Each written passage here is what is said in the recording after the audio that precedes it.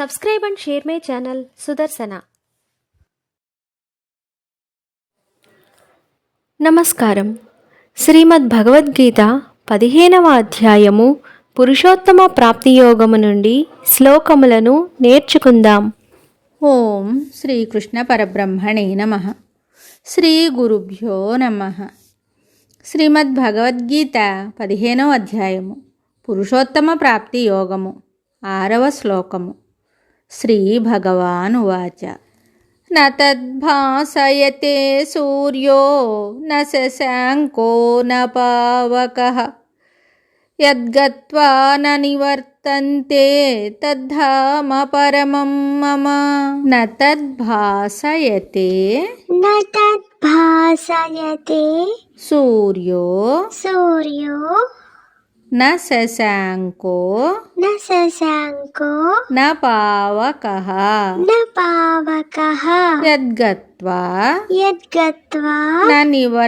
యద్గత్వా న నివర్తంతే తద్ధామ పరమం మమ. న తద్భాసయతే సూర్యో న శశాంకో న పావకః యద్గత్వా న నివర్తంతే తద్ధామ పరమం మమ. ఈ శ్లోకమునకు భావము: ఆ పరమాత్మ స్థానమును సూర్యుడు కానీ చంద్రుడు కానీ అగ్ని కానీ ప్రకాశింపజేయజాలరు.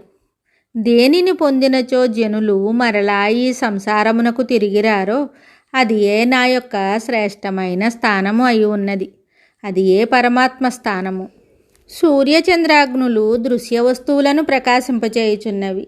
నేత్రము ఆ సూర్యాదులను ప్రకాశింపచేయుచున్నది. బుద్ధి ఆ నేత్రమును ప్రకాశింపచేయుచున్నది. ఆత్మ ఆ బుద్ధిని ప్రకాశింపచేయుచున్నది. కావునైక సూర్యాదులు ఆత్మనెట్లు ప్రకాశింపచేయగలవు? ముండకోపనిషత్తునందు ఈ విషయము చక్కగా నిరూపించబడినది. యద్గత్వా న నివర్తంతే. ఆత్మస్థానమును పొందినవారు మరలా జన్మ పరంపరలందు సంసార దుఃఖరూపగర్తములందు పడరు. బ్రహ్మాండమునందు ఏ లోకమునకు వెళ్ళినను మరలా తిరిగి రావలసిందే, మరలా జన్మించవలసిందే. దుఃఖము అంతము చేయగల శక్తి వానికి లేదు. కానీ ఒక్క పరమాత్మ స్థానమునకు మాత్రము అట్టి శక్తి కలదు. దానిని పొందినవారు తిరిగి రారు, మరలా దుఃఖప్రదమగు ఈ సంసారమున జన్మించరు. పునరావృత్తి రహిత శాశ్వత కైవల్య పదమే అది. ఈ విషయమునే పై శ్లోకములో యస్మిన్ గతా ననివర్తంతి భూయః అని తెలిపి ఉన్నారు.